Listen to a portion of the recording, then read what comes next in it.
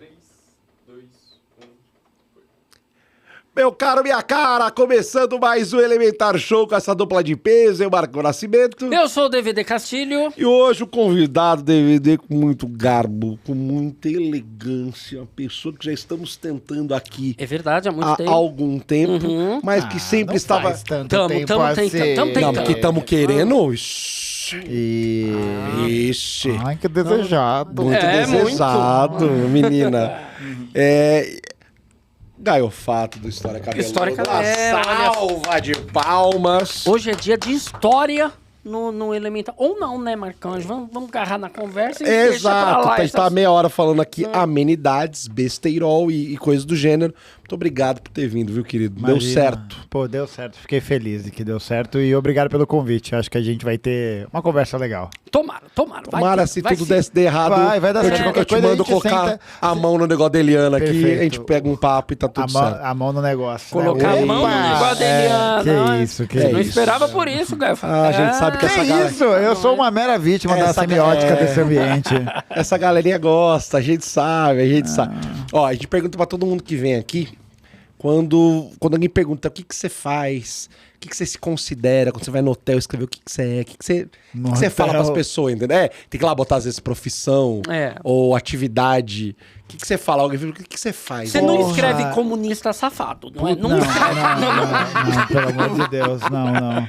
Pô, foda que não dá. Pô, Dependendo do botar lugar, pode stream escrever. é foda, né? Botar streamer, youtuber, não, mas eu acho que eu me considero professor. Acho que eu. Professor. Professor. Porra, né? legal. Professor, porque eu acho que também tá na formação, né? Então acho que faz algum sentido. Foi minha área de atuação durante muito tempo, mais focada. Então eu diria que eu me apresentaria como professor, mas que tem um canal, blá blá blá blá blá, que faz conteúdo, blá blá blá blá blá.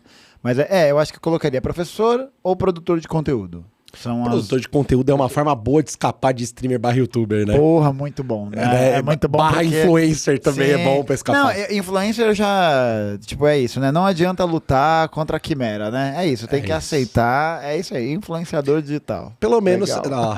acontece, né? Fazer isso, né? Acontece. Ah. Você vira pra tua mãe e fala assim, ó, tá aqui o diploma, virei influenciador digital. Mãe fala assim, Bota "Ô, na filho, gaveta pra vai mim." usar droga, filho, pelo amor de Deus, vai usar uma droga. Não, é isso. Agora meu destino vai ser fazer dancinha explicando o comunismo, né? Ô, não, cara, não, isso não vai acontecer. Isso maravilhoso. não vai, não. Incrível. Fazendo a dancinha apontando Pro informações. livro, né? Só, ano que caiu o muro. Não. Aí aqui, ó. Nossa, teve uma época no canal que foi logo quando, não quando surgiu o TikTok, mas quando ele começou a ganhar mais tração, que eu comecei a acompanhar umas threads assim, e aí tinha aquela thread daquela música tananana, sabe? Que apontava tanan, tá ligado? É isso. Mano, o que eu gravei de TikTok, ainda bem que ninguém nunca vai acessar isso, mas o que eu gravei de TikTok fazendo assim, livros bons para entender o século XIX, aí fazia assim, dançando. Nossa, Ô, Gaio, velho. você caiu Caralho, nessa. eu pagava um bom dinheiro pra vez. Boa, é que Eu pagava um bom dinheiro pra vez. é que pra mim, eu acho que naquela época fez algum sentido, porque eu estava perdidinho da Silva, né? Trabalhando com produção de conteúdo. Aquilo ali era o quê? Já tínhamos pandemics já, né? Já. O canal surgiu na pandemia, foi em abril ou maio de 2020. Você criou o canal porque você não aguentava mais ter que dar aula online, você queria matar as pessoas e não tinha como estar lá fisicamente? Olha, eu criei o canal por dois motivos. O primeiro porque, de alguma maneira, eu já vinha matutando um pouco essa ideia de criar alguma parada relacionada à produção de conteúdo voltado para os meus estudantes, assim. E eu já tinha alguns amigos que faziam um trabalho similar, assim, né? Então aquilo ali serviu meio que como uma ideia e tal. Mas eu não queria repetir um modelo que era o modelo que era utilizado majoritariamente, que era de videoaula, né? Então, tipo, um teminha, tá, explicando e tal. E Aquela aula de reforço do Enem, né? Exatamente. Então, durante um tempo até foi isso, mas depois repaginou, mudou várias coisas e tal. E o segundo motivo foi porque chegou um dado momento, assim, do meu lugar assim de professor que eu estava profissionalmente, que eu olhei e falei que era o fim da linha, assim. Tipo, é isso. Eu olhei e falei, eu trabalho em dois lugares incríveis. Não tenho, assim, do que reclamar, sabe? Acho que eu fui uma pessoa muito privilegiada nesse sentido, porque eu tive essas oportunidades que foram muito importantes para mim, do ponto de vista de formação, financeiro e tal. Mas começou a me dar um negócio, assim. Começou a me dar um negócio porque eu pensei e falei, bom, trabalho em dois lugares incríveis, muito bons, em que eu recebo bem, tô feliz. E agora? E aí parece Esse que... agora é foda. Porra! Aí aquilo ali começou a me tomar, assim, porque eu fiquei pensando... Pô, Quantos anos eu vou ficar fazendo essa mesma Não. coisa nesses lugares legais? Até quando, né? Não, e tipo, ano passado, até o negócio que... Ano passado, ano retrasado, eu já vinha, tipo, apresentando com os colegas que são professores e tal, de ficar meio nessa brisa, assim, de pensar, caralho, pô, ano que vem é tudo de novo. E de novo, e de novo, e de novo. Eu falei, cara, não dá. Eu não consigo. E aí acho que pra mim foi, de alguma maneira, também isso, sabe? Uma tentativa de construir algo como uma alternativa um pouco mais palpável, alguma coisa assim, né? Mal sabia eu o que estaria por vir nesse mundo de produção de conteúdo. Exato. Mas foi acho que foi bem por isso, assim. E como eu acho que eu tenho facilidade, né, de falar, assim, Você é me muito didático, apresentar, cara. tá? Você é muito didático, de Pô, verdade. Eu acho que eu tento trazer duas coisas, né, quando eu tô falando, assim, clareza e concretude na forma de como constrói o raciocínio, sabe? É bom quando a gente assiste um vídeo que está nos explicando algo e a gente entende. Sim. Porque é muito comum a gente assistir um vídeo para entender algo e sair de lá cheio Mais de fudido do que dúvidas. você entrou. Sabe? Eu acho que a perspectiva dessa didática, assim, né? Eu acho que a didática ela não é uma coisa como uma ciência que você aprende e você consegue replicá-la, né? Eu acho que uma boa didática é aquela que consegue entender quais são os ambientes e quais são os meios em que aquele sujeito que é autoridade docente ou que é, enfim, pessoa que vai explicar qualquer coisa, está inserido justamente para conseguir mapear e conseguir corresponder àquilo que está posto naquela realidade naquele momento, né? Então, Nunca vai ser a mesma coisa. Você não vai poder explicar do mesmo jeito para públicos diferentes, em lugares diferentes. exatamente. Mas assim, acho que você vai muito bem, porque primeiro, acho que você tá fazendo um negócio que você gosta. Sim. De poder aprofundar em coisas que você quer. Que eu acho que a escola não te permite isso até certo ponto, né? Tem uma hora que você não pode aprofundar, que você tem que passar porque tem que dar tal matéria. Sim, perfeito. Porque vai acabar o semestre, não tem o que fazer. Sim. Então, só de você conseguir aprofundar no que você quer de vez em quando já deve ser massa. E, tipo, de você conseguir passar coisas pra pessoas, das pessoas falarem assim, porra, entendi isso aí. Isso aí realmente é importante. Você lembra quais foram as temáticas que você começou a querer explicar? Qual que era a ideia? Falei assim, putz, eu vou ser produtor de conteúdo pra isso. Você tinha um norte, assim, uma linha Obje- editorial, é, né? Uma tipo parada isso. assim. Eu tinha. A minha ideia era de... No começo do canal, era bem chapa branca, assim, né? Porque eu tinha medo de perder o emprego, né? É isso, Certo. assim. Porque era uma coisa Tá. que era, tipo... a gente não sabia qual que era o tamanho dessas loucuras que estavam Isso vindo daí era em ali, que né? ano? 2020. 2020. 2020, 2020 já tinha, Bolsonaro já tinha sido eleito, já estava no segundo ano de mandato. E aí eu queria fazer essa abordagem desse conteúdo histórico com uma perspectiva um pouco mais crítica, assim, sabe? Mas sem tentar aderir tanto a essa ideia de realmente produzir ali um material comunista, né? Um material ali agitativo e propagandístico de fato. Isso começou a mudar quando a pandemia começou a apertar. E aí, no momento que a pandemia começou a apertar e as coisas começaram a piorar, né, muito aceleradamente, começou a ficar muito difícil, né, de você olhar para aquela situação e de alguma maneira se ver num lugar de impassibilidade, né, de você virar e falar, não, eu não tenho nada a ver com isso, né, eu não vou me envolver, não vou falar, não sei o quê. A produção de besteira que foi sendo produzida, né? De absurdos, de desinformação, você se sentiu com a necessidade de... Não, gente, não é por aí. Vamos entender. Não, eu acho que, para além da questão da desinformação, que eu acho que é um elemento importante nessa equação, tem uma outra coisa que me incomodava muito, que era de ver justamente o fato de que eu não via ninguém falando as coisas, assim, sabe? Então eu sentia que... tipo um vácuo em um lugar ali, né? É aquela coisa. Eu conhecia algumas pessoas que abordavam sobre alguns temas sobre essa perspectiva, né? O Jones, por exemplo, estava na internet já há mais tempo. Humberto Matos também, o João Carvalho também, estavam ali há mais tempo e tal. Mas eu não acompanhava muito, assim. Não era muito a minha pira. Eu assistia Jovem Nerd, assim, sabe? Assistia essas coisas e foram, inclusive... Um abraço pro Alexandre, pro Azaghal e pro Gaveta, e enfim, pra tudo aqui pro Jovem Nerd. Porque... Nossa, não, foram por alguns momentos ali, foram um bálsamo, velho, porque tava foda. Teve uma época ali no meio da pandemia que, cara, eu engolia vídeo do Jovem Nerd. Detalhe, eu não era... Comecei a fazer podcast de alguma forma por causa do Jovem Nerd. Meu amigo ouvia, me convidou pra fazer e tudo mais. Mas eu não era consumidor. Passei a ser consumidor dos vídeos do Jovem Nerd na pandemia. Porque tinha, sei lá, 8 anos de conteúdo ali. Eu falei, cara, eu preciso assistir alguma coisa pra me sentir abraçado, assim, sabe? E eram os caras, assim, no final das contas. E eu acho que foi um pouco isso, assim, essa mudança editorial que se voltou pra não mais abordar a história do Brasil ou a história geral sob uma perspectiva crítica, né? Porque isso meio que não significa nada, né? Assim, acho que isso passa por um lugar meio abstrato. E aí, o foco do canal começou a ser mais a produção de vídeos que visavam justamente debater essas questões a partir do campo marxista. Só que o que aconteceu é que produzir vídeo no YouTube dá muito trabalho.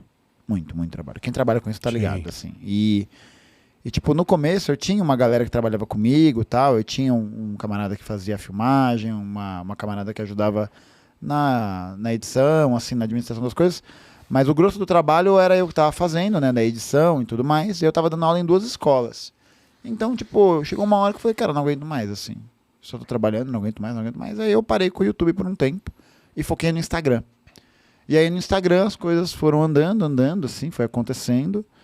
E aí, sei lá, né, acho que foi... Mano, eu trabalhava muito, assim, produzia muito conteúdo. Muito conteúdo. Tipo, tanto que você vai ver o canal do YouTube, que eu comecei a alimentá-lo mais assiduamente em setembro, outubro de 2021, que é quando eu comecei a fazer os reacts, quando eu comecei a encaixar esse formato. E hoje o canal tem mais de 770 vídeos. E, tipo, vários com mais de 1 hora. Vários com 40 minutos, assim. Então, tipo... Uma das coisas que me pegou no teu conteúdo é que eu olhava e falava assim, meu Deus, temos um novo Pirula, né? Você soltava vídeo e nunca era vídeo curto, saca? Tipo, eu comecei a me pegar vendo vídeo de 1h30 sobre algumas assim, coisas, entendeu? Eu falei assim, caralho, tipo, ia liso, sabe? Não era um negócio que incomodava, porque pô, a didática era boa, o jeito de explicar algumas coisas era boa. Então, e é difícil, né, cara, você fazer esse tamanho de conteúdo esperando que as pessoas assistam, né? O que é complexo. O que eu acho que acabou rolando, no meu caso, desse sucesso, né, de alavancar o canal, acho que foram 2 eventos principais, assim, que eu sinto que foi esse lugar. O primeiro foi a invasão da Rússia na Ucrânia. Porque o que aconteceu foi que em fevereiro ou março de 2022... eu tinha feito um carrossel, né? Porque eu tava lendo, eu sempre fico lendo, assim, as coisas da geopolítica, da internacional e tal. E aí eu tava lendo sobre essas movimentações na Ucrânia. E aí eu fiz um carrossel, explicando a origem do conflito, né? Explicando ali mais ou menos as tensões, estão falando dos partidos e tal, não sei o quê. E aí, um post normal, assim, né? Como vários outros carrosséis que eu fiz, várias outras postagens, vários outros videozinhos e tal. E aí esse daí viralizou. Viralizou porque no dia que eu postei, 3 dias depois o Putin invadiu a Ucrânia. E aí a galera começou a compartilhar o meu post pra ver o que rolava. De repente os caras olhando e falam assim, caralho, essa merda vai cair no Enem, eu leio. Total, exato. E aí, tipo, o post geralmente tinha... Naquela época eu tava com 38 mil seguidores no Instagram, em fevereiro de 22. E aí, naquela época, eu geralmente pegava 5 mil likes e tal, que era alto, assim, 5 mil likes era um número bem alto. Naquela postagem pegou 120 mil curtidas. Porra, E tipo, era um número assim, 120 mil curtidas e 110 mil compartilhamentos. Então, tipo, foi um número de 1 para 1 absurdo. Muito alto. É absurdo. Muito e alto. imagino que os seguidores vindo, não é? Eu fui dormir aquela noite com 38 mil, eu acordei com 61. Foi um negócio assim. Você quase dobrou o Eu achei que meu Instagram tinha quebrado. Eu realmente achei. Estragou. Não, eu cheguei a mandar mensagem pro suporte técnico. Eu falava, mano, o que tá acontecendo, né? Você começou a procurar Mohamed pra ver se não era seguidor comprado. Era bot, exatamente. Quem comprou pra mim? Eu não pedi, né? Mas aí ganhou essa notoriedade a partir desse evento. E quando eu consegui, a partir de um certo vídeo, monetizar o canal, e aí eu consegui guardar uma grana para poder pagar pessoas para fazerem os vídeos, e aí a gente começou a ter uma produção diária, aí rolou. A gente posta vídeo de domingo a domingo. É um por dia ou não? Um por dia. Todo dia Isso ao no meio-dia. YouTube ou no Instagram ou nas duas redes? No YouTube. Aí o Instagram acabou virando mais uma rede de vida diária e tal. Agora eu tô na minha fase de cozinha especializada, né? Então tô aí aprendendo a fazer várias coisas, tô aí mostrando meu dia a dia... Enfim, né? Acho que fazendo uma das coisas que eu mais gosto, que é cozinhar agora. Então é isso. Aí o Instagram acabou virando mais uma plataforma assim, de lançamento digital. O meu Instagram antigo caiu, na real. Eu vi que você... original, quando tinha quase outro. 300 mil, né? Ele caiu e você não sabe o que aconteceu. Até hoje não. Como é que é, né? Você vê, cai no Instagram, o cara tem uma conta de quase 300 mil, no dia seguinte Não, tiraram e tudo do ar orgânico. e ninguém explica o que Não, aconteceu. tudo orgânico. Eu nunca paguei um anúncio, É? nunca paguei nada. Nada. Cara, é tenso porque assim, ou você aceita porque deu ruim e tal, não tem o que fazer, ou você tem que pagar um cara especialista que vai... Aí, o que esse cara vai fazer eu também não sei, com quem que fala. E aí tem uns caras que salvam o Instagram quando perde, mas acho que tem casos que nem isso, acho que nem esse cara salva. Então, foi tipo isso. Um dia caiu e naquela época eu não tava muito bem, assim, eu tava um pouco cansado da dinâmica de Instagram, eu tava também trabalhando nas escolas, eu tava com a cabeça assim a milhão, porque eu parei de trabalhar na escola ano passado. Eu parei a primeira em junho e a segunda em outubro. Então, tipo, pra mim tava um ritmo de produção de conteúdo e trabalho na escola. Então eu tava ficando maluco. Aguentou bem, hein? Não, idiota, burro. Não é. Não, não o nome- aguenta. o nome disso é ganância, né? É, o nome disso é ganância. É isso aí, Sabe, o Cara, não, capital, né? Holanda, Fora de brincadeira, sim, mas não. fora de brincadeira, mas assim, de verdade, você aguentou muito, porque essa vida, produção de conteúdo diária desse jeito, barra qualquer outro trampo, é de matar, velho, de matar. A gente não é diário, tem dia que um olha pra cara do outro e fala assim, caralho, Não, tamo tem. morto. Imagina, fazendo todo dia, cara. Não, então. E aí isso começou a gerar. É isso, né? Nervoso, várias angústias. Olho assim. piscando. Não, pra caralho, né? É aquele tweet que uma vez um amigo meu da Saev, do Saúde Mental Crítica, fez, que ele falou: esse ano eu vou vibrar muito. Aí é a pálpebra tremendo, assim. Tô vibrando positivo. Mas aí foi isso. E aí o canal tá aí, que criei um novo Instagram. Tô processando a meta, né? A gente entrou com uma liminar pra tentar recuperar a página e tal. E é a mesma ladainha, assim, é protocolo, blá, blá, blá, blá, blá, sem nenhuma explicação e não tem nenhuma justificativa. Nenhuma. Ô, Gafato, o que jogou holofote sobre você também um pouco foi uma troca de farpas ali com o Whindersson, não foi? Não. Não. Naquele momento eu já era famoso. Pode parar com isso aí. Mas que até aquele momento você brincadeira. não tinha dado entrevista pra Folha de São Paulo, cara. Tá merda, é verdade. Não é, olha, O sabe, seu temos que vacilo separar aí, é não ter chamado ele pro box da época, Pelo porra. amor de Deus, Whindersson, paz, viu? Eu não quero esse tipo de O bicho é conflito, fibrado, não. ele é fibrado, tem que tomar cuidado. Pô, tá maluco, pô. Eu ia tomar uma surra. Você tá maluco. Não, tem que saber o lugar, né? É isso, tem que. Vamos tem na que saber- palavra, vamos na palavra. Tem que saber o sapato que lhe cabe, porra, senão. O que aconteceu? Não, Como é que foi a história? aquilo ali foi a dinâmica do Twitter no seu âmago mais essencial, assim, Isso sabe? aqui é twitteiro, viu? Porra, perigoso. eu amo o Twitter. Eu Olha aí, adoro. tá vendo? É Eu isso. odeio. É isso aqui, ó. Não União é- sinistra. É, cara. Pelo União Twitter Flasco. não é Elon Musk, tá? A É o gente não Twitter. consegue explicar o porquê que a gente gosta daquele inferno tóxico. Eu mas- gosto porque ali é simplesmente o ambiente mais desequilibrado e o Exato. ambiente mais É uma loucura. maluco É uma da loucura. internet. É perfeito. Eu me sinto representado. Só, vou tomar um gole d'água, alguém comenta. Nossa, e quem não tem água pra beber, o que, É que mais você vai ou menos falar assim. agora? É bom demais. E daí pra Mais ou baixo. menos, né? Não, É. isso pra mim dá até um quentinho no coração. Dá saudade, né? Ah, eu me divirto tanto. Mas o que rolou foi que me marcaram num post em que ele tinha comentado uma parada sobre pobreza, alguma coisa assim. E aí eu respondi. Só que quando eu respondi de boa, assim. Né? A primeira foi no amor. Não, todas foram no amor. A primeira foi bem no amor. Aí a primeira foi bem no amor. E o Whindersson me respondeu não tanto no amor assim, Ele sabe? já tava mais azedinho. E tipo, eu imagino que assim, pô, eu levo essa brisa do Twitter, da galera encher o saco muito de boa, assim, né? Tanto que tem esse povo da direita que fica me enchendo o saco o dia inteiro. E tipo, eu não vou responder, não vou dar atenção e acabou, assim. Não me afeta. Me afeta só um pouquinho porque eu fico pensando, caralho, velho. Não para de subir notificação. É só isso. Mas obrigado, meu engajamento agradece. O engajamento né? manda um Meu abraço. engajamento agradece. E aí, nesse caso, foi só uma coisa que ele comentou. E aí eu acho que lidar com um universo em que você tem milhões de inscritos enchendo o seu saco demais, deve ser muito difícil, sabe? Então, tipo, eu não levei pro coração, assim, Você acha sabe? que você foi o The One? Tipo, o escolhido no dia? Você é você. Você encheu com meu você saco. que- Você foi a última gota que transbordou. Você. Você. É Não, bem não foi, possível. não foi assim. Eu respondi de boa. E aí, ele deu uma resposta truculenta, né? Uma resposta que foi marcada porque ele me chamou de burro, né? A troco de nada. E aí depois eu respondi um pouco menos no amor, mas ainda assim no amor, assim. Só um pouco mais ríspido. E aí, por alguma razão, isso virou uma notícia. Virou notícia. Tipo, não teve briga, sabe? Eu não virei pro Windows e falei, seu idiota, seu babaca, não sei o quê. Isso não aconteceu. Tempos difíceis pro jornalismo, cara. Tempos difíceis. Foi o que eu pensei. Eu fiquei... Não, tipo... as pessoas começaram a me mandar coisas, tipo... Gustavo, você está na Carta Capital. Você está na Folha de São Paulo. Você está na CNN. Mano... Que é isso, cara? Por quê? Acabou a pauta, velho. Exatamente. E aí, eu não Amigo, tenho... Desde que o Caetano atravessou a rua...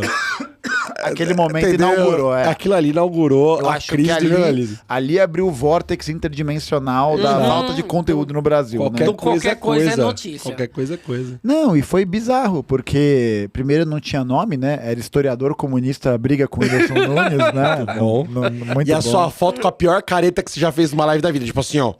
Com ódio, né, tal. Não, eu fazer o quê, né? E ele Mas- sorrindo. Não, eu gostei, assim, eu acho que foi um momento, sabe? Foi um momento muito legal e divertido. Rimos muito. Esse print está impresso na geladeira de mamãe, não? Não. Devia, hein? Isso é um belo presente, um quadrinho bacana. Eu acho que eu vou guardar esses prints pra poder deixar ali no álbum de memórias, né? Eu Então acho. criar tipo um álbum de memórias da História Cabeluda e aí colocar ali os prints dessa briga. A sua biografia tem que ter isso, cara. Tem que ter isso. Tem que ter isso, cara. Nossa, que loucura. Que momento, cara. Não, e foi bizarro, porque nesse dia eu ganhei tipo 25 mil seguidores no Então, Twitter. cara, valeu a pena. Valeu a pena. Não, valeu. É o way of life de ganhar seguidor no Twitter, não é? Exato. Arrumar treta com alguém, Uhum. não foi o que você quis, mas Eu só respondi. Vem, né? E aí aconteceu, gente. as coisas acontecem. Não, o que eu posso fazer, né? Só isso aconteceu. Você não pensou em... achei um nicho aqui, deixa eu ver. Deixa eu cutucar a Virgínia. Deixa eu cutucar mais alguém. Sua não base é uma merda, Virgínia. E aí segue, deixa o pau torar. Eu meio que já fiz isso. Com a Então, Virgínia. Com a Não, Virgínia, não. Mas- Sim. Mas tipo, o que acontece é Não, que mas eu se eu quiser, reagi. Felipe. Não, eu reagi a um vídeo em que alguém, não eu, alguém mostrava os empreendimentos e envolvimentos supostamente escusos. Que a. Supostamente. Não, ei. Deixando bem claro Ó, que... tio Iberê, meu advogado, viu essa, né? Essa você viu. Tô preparado aqui. Esquece, né? Aí esquece. Mas eram, acho que, os 10 trambiques da Virgínia. E aí era realmente... Coisas não, ótimas. não, né? era realmente muito bom. Assim. Material coisas bom, né? ótimas. Material interessante Nossa, pra era se um- comentar. Era um material bom. Cara, eu acho que seria um sonho, né? Ter uma diss feita pelo marido da Virgínia, igual o Evaristo Costa teve, né? Mano, olha a alucinação coletiva que a gente tá vivendo, cara. Pra mim é só uma grande viagem de doideira. Tá ligado essa história? Não. Não, tá ligado? O que aconteceu? Teve uma história que não sei o que o Evaristo Costa falou sobre a Virgínia, sobre o produto dela, não sei o que era.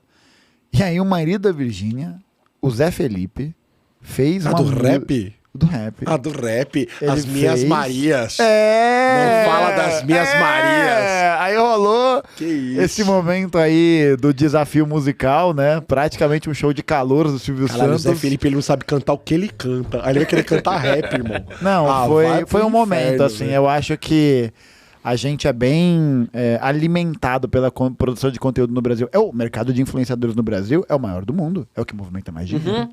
Cara, tem um amigo nosso que é comediante, o nome dele é Murilo Moraes. Se você não conhece, tem que conhecê-lo. Ele tem um quadro, ele tá com duas coisas maravilhosas. Que uma delas, ele faz react no show dele ao vivo. Então ele bota uma TV no palco Nossa, brilhante. e ele bota um vídeo e vai reagindo pra galera. Tipo, é gênio e é Pablo Marçal pra baixo. E ele tem um quadro no YouTube dele que chama Suco de Brasil. Forte. Fortíssimo. E assim, eu sou um dos maiores fornecedores de notícia pra ele. Você vê Porque coisa e eu passa, leio né? muita merda, eu vejo muita merda, eu fico mandando as coisas pra ele. Cara, é genial. A quantidade de suco de Brasil que este país proporciona É maravilhoso. é informação todo dia, é coisa todo dia. Por cara. isso que é algo que eu afirmo e reafirmo com toda a categoria. O Brasil vai ter o melhor socialismo. Vai ter o socialismo mais legal. Você imagina toda essa energia, essa produção. E aí as pessoas vão... Não vai mais existir, né? Mas é o processo de transição da propriedade privada nas mãos da classe trabalhadora. Que delícia. Imagina o carnaval no Brasil. Não, o carnaval nessa situação que a gente tá de merda. Já é legal. Porra, já é do caralho. Agora você imagina nessa condição em que as pessoas vão ter possibilidade de poder curtir as horas com tempo, curtir sem precisar se preocupar se vai ter dinheiro pra voltar pra casa, se vai conseguir voltar pra casa, porque vai ter uma casa, porque vai ter tudo isso, né? Cara, Mas você acredita que a gente pode vislumbrar isso? Porque no Brasil a gente passa por um fenômeno chamado pobre de direita, que é inexplicado, né? Não, Inexplicável, eu acho que é explicado. Acho que é explicado, porque na realidade, eu acho que a gente precisa compreender que o pobre ele não é de esquerda porque ele é pobre. Exatamente porque as ideias dominantes de um tempo são as ideias da classe dominante daquele tempo, né? Então, se a classe dominante que a gente vive no tempo histórico é a classe dominante burguesa, as ideias dominantes serão as ideias da classe burguesa. Porque ela é a classe dominante. Porque ela detém o controle dos aparelhos de funcionamento político. E aí isso determina, né, toda a economia política, enfim, a burguesia brasileira na relação de independência, blá, blá, blá, blá, blá, blá. E eu acho que isso, né, é utilizado como uma ferramenta de dominação, né? Então eu acho que, na verdade, quando a gente faz essa referência, né, por exemplo, a essa questão, isso é uma coisa muito comum, né, do pobre de direita, esse é um pensamento muito problemático em muitos sentidos, justamente porque ele diz de um lugar, né? Ele fala de um lugar do menosprezo da compreensão desse fenômeno nessa sua totalidade, né? Que é essa ideia de a gente poder entender, bom, mas por que uma pessoa é pobre e é de direita? Por quê, né? Será que a pessoa ela só é estúpida? Será que ela só é... Sabe? É a mesma coisa de você achar, por exemplo, que na mesma dimensão assim de encarar esse problema como um problema de totalidade histórica, né? De totalidade política e tal. Toda pessoa que frequenta, por exemplo, uma igreja neopentecostal é um imbecil? É um idiota? Tipo lá, que o pastor tá lá falando pra ele, e aí o pastor é uma grande mente maligna, uma grande mente articulada, e o outro é uma ovelhinha, uma pobre coitada? Não, eu acho que não. Eu acho que isso é destituir, inclusive, o lugar que a gente pode pensar e aonde que esse sujeito tá.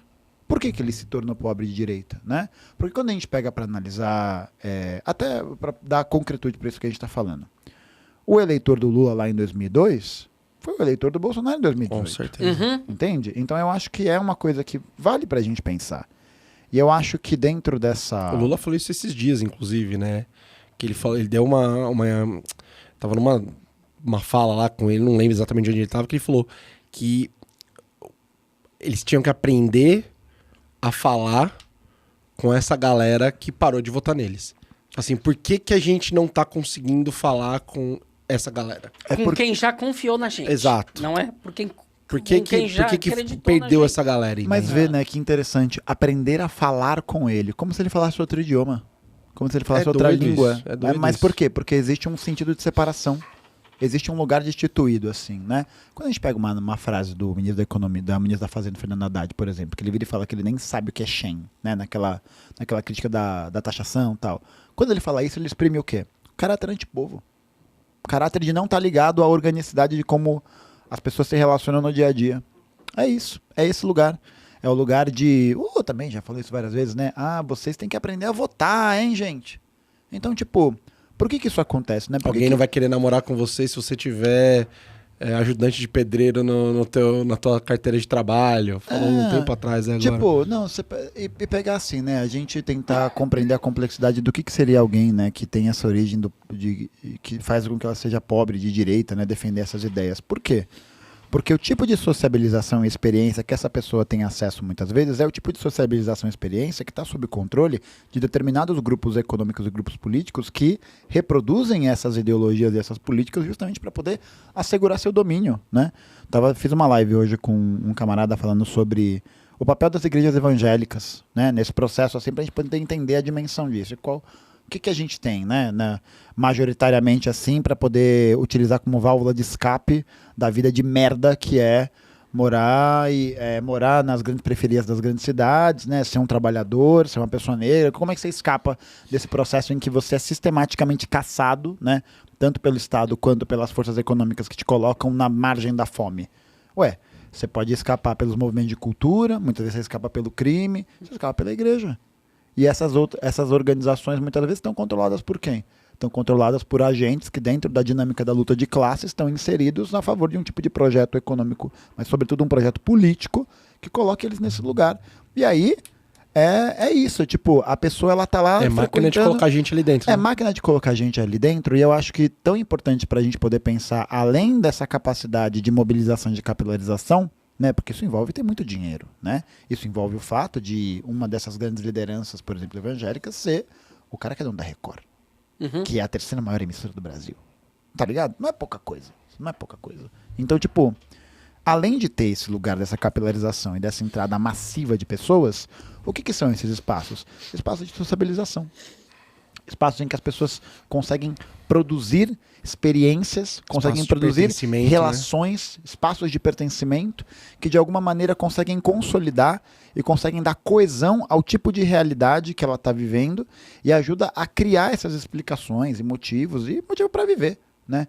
Então, tipo, eu acho que Não, tipo, pra não enlouquecer às vezes, né? Não são- Pra não muito- desistir. Em muitos lugares as pessoas são algo dentro da é igreja. exato. Sabe? É o cara que é humilhado no trabalho dele, mas dentro da igreja ele tem um papel importante. Ele é coordenador Ele é de um- jovens, às Ele é um vezes. Sim, líder, sim. ele é um músico, sabe? Ele é um professor. Ele é admirado por Pra algo. gente poder destituir esse lugar, né, suposto lugar do pobre de direita, tal, não sei o quê, né, pra gente poder conseguir construir, né, um pobre de esquerda, não sei lá, qualquer merda assim, mas tipo, pra gente conseguir fazer isso, é preciso que a gente pense em duas chaves muito importantes. A primeira delas, qual é o tipo de hegemonia que a esquerda brasileira exerce hoje no Brasil? Qual que é a esquerda hegemônica no Brasil hoje? É uma esquerda que não dialoga com essas perspectivas. É uma esquerda que não tem um tipo de projeto que visa justamente esse lugar da vitória, o lugar que dá esse estímulo, que dá esse sentido de pertencimento, sabe?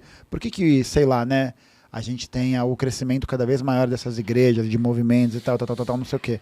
Porque não somente esses espaços são espaços de acolhimento, de pertencimento, de presença, blá, blá, blá, blá, blá, mas porque existe uma mobilização coletiva muito forte em torno de alguma coisa. Nesse caso, né, é da ideia, enfim, né, da salvação, vai ser a ideia de que o Brasil está entregue aos demônios, né? E isso a Michelle Bolsonaro fala, né? Exato. Então, tipo, é o que o André hoje, esse camarada que eu fiz a live hoje, falou, uma guerra santa, uma guerra meio santa deflagrada, assim. Mas, tipo, como que a gente consegue construir esse outro espaço, né? A gente precisa conseguir ocupar esses espaços, né? A gente precisa Conseguir dialogar com essas pessoas de alguma forma, né? precisa conseguir fazer essa tramitação, né? Fazer esse processo. Mas qual que é a hegemonia que a esquerda exerce hoje no Brasil? É uma hegemonia de uma esquerda que compactua com o projeto privatista. É uma hegemonia que, no final das contas, compactua com um projeto que, na luta de classes, é favorável à reprodução de mais pobre de direita. Por quê? Porque está fortalecendo as dinâmicas das relações capitalistas que existem no Brasil. Sobretudo as de dependência, né? Internacional, tal. Então, tipo, não tem como a gente escapar, né, dessa questão sem que a gente questione justamente qual é essa hegemonia que está realizando esse projeto político e como a gente consegue contrapor isso, né? E aí eu acho que entra o ponto da sua questão, né? De acreditar, né, se a gente vai ver a Revolução Brasileira. A questão é que tem que acreditar. Acabou. É um axioma. Isso é inquestionável. Isso é inegociável. Porque se a gente não botar fé nisso, né? Eu acho que até é interessante esse termo, botar fé, né? Mas se a gente não colocar fé nesse processo como um projeto, isso não vai acontecer. Acabou. Não vai acontecer. Se eu achar que não vai rolar no meu tempo de vida ou qualquer coisa assim, não vai rolar. Acabou. É isso. É determinante. Então eu acho que esse tipo de estímulo, né? Esse tipo de moral, né? É algo muito importante porque a gente consegue dar um sentido concreto para aquilo que muitas vezes responde à angústia das pessoas, que é a brisa de a gente entender que não basta a gente estar certo, não basta a gente ter razão, a gente tem que derrotar o inimigo. São coisas diferentes, né? Então eu acho que quando a gente parte para esse lugar, isso é uma coisa que produz mobilidade, produz um sentido em que as pessoas vão olhar para aquilo e vão falar, é isso mesmo, sabe? É tipo um compromisso intransponível com essa necessidade de vitória. Então, tipo, eu acho que a conjuntura nossa nesse momento é muito ruim. Muito ruim. Acho que a gente está vivendo um período que, com curto prazo, a gente está bem lascado, assim.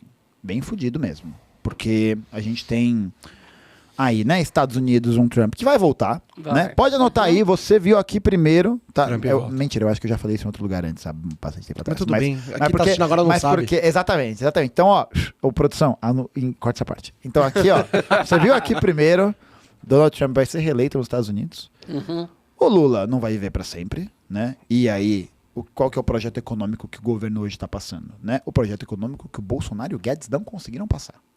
Privatizar presídio, o Guedes não conseguiu fazer. O governo Lula está fazendo. Fazer uma lei de arcabouço fiscal que vai conseguir diminuir os pisos constitucionais de saúde e educação, que o Temer não conseguiu fazer, o governo está conseguindo fazer. Tá ligado? Então, tipo, eu acho que a gente está vivendo um momento que essas questões, essas conjunturas vão puxando as pessoas cada vez mais para esse lugar, não só da desesperança, mas da imobilidade. Eu acho que esse é o problema, sabe? Porque aí que tipo de combate a gente vai dar? O Bolsonaro fez lá o ato dele, lá na Paulista outro dia, né? E tipo, para além só da gente pensar, o bolsonarismo está vivo, não está, não sei o quê. Quem fala que não tá, é porque tá dormindo no ponto. Tá querendo fechar os olhos e Tá não dormindo, ver então. algo que realmente está acontecendo. Não está vendo o que tá dado como concreto, né? Porque Uhum. o Bolsonaro pode eventualmente ser preso, né? Por qualquer coisa que ele tenha feito, ou alguém, assim. Mas o que acontece é que o cerne da coisa continua ali. É. E aí o problema é esse. Como que a gente vai combater uma mobilização? A gente vai combater uma mobilização dizendo que eles são burros? Dizendo que eles não sabem? Dizendo que eles são ignorantes ou qualquer coisa assim? Que posiçãozinha de merda, né? Por quê? Porque isso é absolutamente imóvel. E aí no momento que a luta de classes aperta, no momento que o perigo chega, aí a questão é essa. Qual é a tradição que essa esquerda está destinando para a gente? É a tradição do conformismo. É a tradição da derrota. É a tradição de olhar para as coisas e falar: o Congresso é tão conservador, a conjuntura é tão ruim, não dá para fazer nada, e é isso, é aquilo outro. O que é isso? Despolitizante. Desmobilizante. E aí realmente não dá para sonhar com nenhuma vitória com isso. Mas porque, e eu acho que essa questão, né, vai se aprofundando o dado da realidade de que não há um horizonte de superação possível para a classe trabalhadora brasileira fora de um horizonte socialista. Não existe. Eu queria falar disso, cara, porque assim, primeiro por conceito, né? Pro brasileirinho que assiste, define classe trabalhadora e burguesia, porque a galera tem muita dificuldade, fora obviamente de um espectro mais esquerdista, a galera tem muita dificuldade de entender o que é o cara que é trabalhador, tá ligado? Porque, tipo, todo mundo fala assim, não, esse não sou eu. Existem várias categorias diferentes, né? Porque dentro da classe trabalhadora a gente tem, por exemplo, o proletariado, né? Que é um tipo específico de classe trabalhadora que diz respeito a uma certa conjuntura histórica do processo de desenvolvimento industrial. Mas o camponês, por exemplo, ele entra nessa categoria. O pequeno burguês, ele entra nessa categoria de trabalhador, né? Apesar de... O ganho salário, não interessa o quanto seja, teoricamente, você só vende a sua força de trabalho, certo? Eu acho que no caso, por exemplo, a gente tem algumas mudanças contemporâneas assim e que são... inclusive eu estava lendo um livro. É o tigrinho, às vezes. Aquele cassininho gostoso. O joguinho do cassino, Não né? façam isso, gente, pelo amor de Deus. Aquela tá? agiotagem, né? De leve, Aquela né? agiotagem ali só pela diversão, bacana. Não, e curiosamente influenciadores aí estão envolvidos. Mas enfim, né? É isso. Isso. O tipo... Burguesia é uma classe social, ou seja, é um grupo que existe na sociedade há muitos séculos, há muito tempo, e que detém o controle das dinâmicas e dos processos produtivos que existem na economia no geral. Então, o que isso significa? Significa dizer que um burguês é alguém que é dono de uma fábrica. É o dono. O burguês é o dono de um latifúndio. Quando a gente está falando de um latifúndio, a gente está falando de uma propriedade de terra que tem o tamanho de 14 mil campos de futebol, que é 10 mil hectares. Quando a gente está se referindo à burguesia, a gente está falando dos grandes financistas da Bolsa de Valores. Não da pessoa que compra uma ação do Itaú, compra um FII, um fundo imobiliário, compra um LCA, né? Compra essas paradas aí. É aquele cara que quando ele vender a ação dele, ele vai desvalorizar todo mundo. Ele vai quebrar a economia de um país, isso. assim. É esse nível, assim. E aí, eu acho que é importante a gente compreender que, ao longo da história, o Marx fala isso, né? A história humana, até agora, tem sido a história da luta de classes. Por quê? Porque ele chega à conclusão, né, fazendo uma análise histórica, portanto, é uma análise científica. Isso é bem legal. Essa análise científica faz com que ele conclua que a história toda foi movimentada a partir da ideia da existência de uma classe, ou seja, alguém que ocupa uma posição nesse processo produtivo, e essa classe sobrevive através da exploração de outras classes. E aí esses mecanismos mudam ao longo da história, né? Então a gente tem, por exemplo, patrícios e plebeus na Roma Antiga, senhores feudais e servos, tá ligado? E aí o Marx chega à conclusão que o desenvolvimento das forças produtivas vai levar, né, e é o que a gente está vendo hoje, vai levar a um processo cada vez maior e acentuado de valorização do capital, de valorização, né, das propriedades privadas e tal. E, ao mesmo tempo, isso vai gerar um aumento da exploração da classe trabalhadora, um aumento, muitas vezes, do desemprego, né? E aí, nessas crises, esses burgueses crescem, né? Então, eu acho que classe trabalhadora é aquela pessoa que, de alguma maneira, vende sua força de trabalho direta ou indiretamente. Por quê? Pensando em categoria, um entregador de aplicativo, por exemplo, não é um proletário. Ele é um pequeno burguês. Só que é interessante porque ele é um pequeno burguês, não porque ele tem uma lojinha, né? Porque essa definição está errada. O burguês é aquele que vai deter, de alguma maneira, algum meio de produção de trabalho. E o entregador, ele entra assim, teoricamente, né? Estou falando teoricamente. Sim. Teoricamente ele entra na categoria de pequeno burguês, por quê? Porque ele é detentor do meio de trabalho. E não do meio de produção. O meio de produção, no caso dele, é o aplicativo. Porque é o aplicativo que é o atravessador dessa relação. Então, esse cara ele vai atuar desse jeito, e é por isso que a lógica de empreendedor, sabe? Essa lógica neoliberal de empreendedor de si mesmo, sabe? Essa lógica pega tão bem com eles. A pejotização da coisa. É isso. A pejotização é um processo que visa afrouxar as relações que estão estabelecidas classicamente na contratação capital-trabalho, ou seja, diminuir as relações regulares de trabalho, né? São marcadas por CLT, são marcadas por essa existência contratual, né? Então, tipo, eu sou um burguês, sou um patrão, né? Contrato você e eu te pago um salário. Hoje em dia, não. Quem paga o salário do entregador, por exemplo, não é a plataforma, mas, teoricamente, quem está pagando é o consumidor, que está pagando frete. E a plataforma atua como atravessadora. E aí, numa dinâmica em que a economia brasileira se encontra num mar de informalidade, em que a gente tem fuga de cérebro, tem falta de investimento industrial, tem um monte de coisa que está acontecendo, você vê um crescimento desse grupo de pessoas. E aí você tem... E dessas aplicações atravessadoras de praticamente toda a relação... De trabalho. De trabalho ou relação comercial, né? Sim, exatamente. Então, essa classe, né, burguesa, ela atua em caráter nacional e internacional. Então, a burguesia brasileira... É aquele negócio, né? Muita gente às vezes pergunta assim, o Brasil é um país que deu certo? Pô, deu muito. Deu muito certo. Deu muito certo para a burguesia latifundiária, sabe? Deu muito certo para a burguesia. É que eu não gosto de dividir em categorias assim, sabe? Porque eu acho que todos eles têm todos os mesmos negócios. Uma vez eu estava fazendo um vídeo que era sobre a Braskem, se não me engano. E aí eu fui pesquisar o fundo que era dono da Braskem. E o fundo que era dono da Braskem é o fundo que tem origem no antigo grupo Odebrecht. E que tem... Você vai estar na Wikipédia isso. Está no Wikipédia. Esse é o nível de quão público é essa informação. E a gente não sabe. Acabou, não sabe. Existe um esforço sistemático que a gente não saiba. Os donos do grupo Odebrecht são vários. Vários conglomerados empresariais, vários fundos de investimento. Eu amo aquela imagem do tipo, você acha que você tem escolha no supermercado?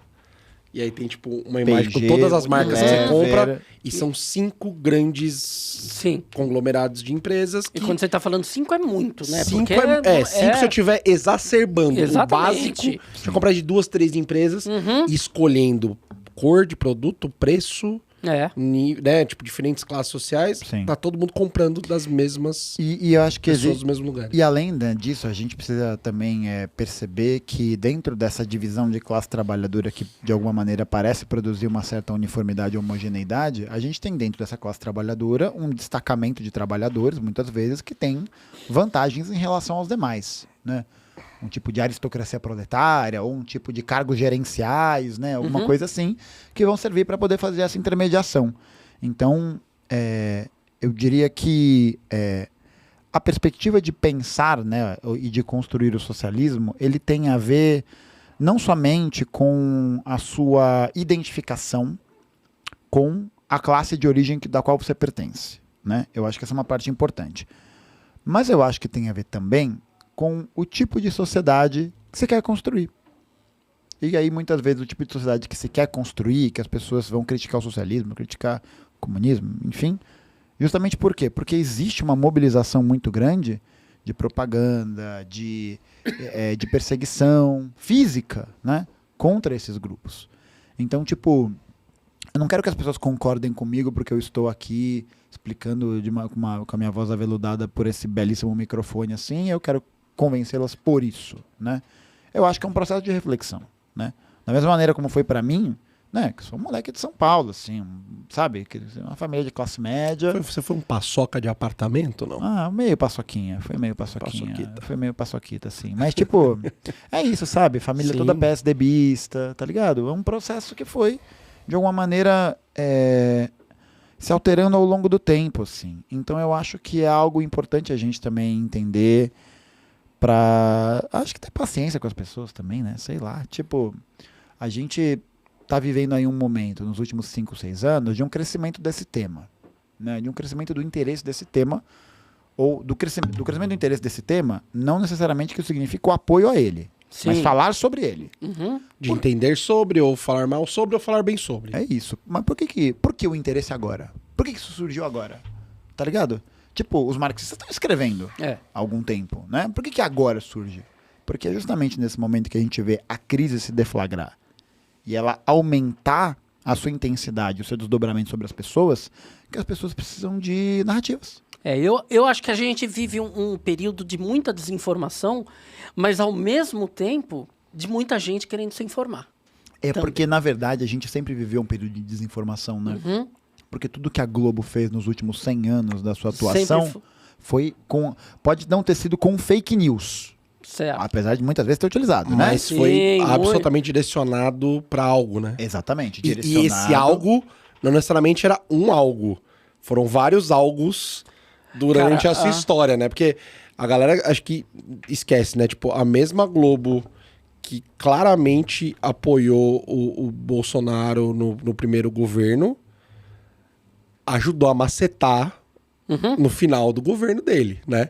A mesma Globo fez os dois pontos, tipo de bater pra caramba em número da Dilma e todo dia aquele caos, e fez a mesma coisa com o Bolsonaro no final, e a galera fica assim, não... É engraçado, né? Que a Globo conseguiu a maravilha de ser odiada por todos os lados, né? De falar assim, cara, não representa, né? Mas isso não é de hoje. Esse lance de... Eu tinha um professor de história que ele falava muito sobre isso. E ele usava o exemplo da Rede Globo. A Rede Globo, ela tem o prazer de construir um mito para depois ter o prazer de destruir. Sim, mas isso aconteceu algumas vezes na história. E o prazer é o interesse dela, né? Essa questão. Esse prazer é esse algo que ela tá indo buscar. Por que ela atacou o Bolsonaro, né? Porque o Bolsonaro atacou as concessões. Apesar de não ter atacado tanto assim as concessões, porque pagou muito para fazer propaganda depois, atacou né? concessão, diminuiu o nível de investimento de publicidade, que isso sim levou a Globo ali a bater um pouquinho nas cordas, né?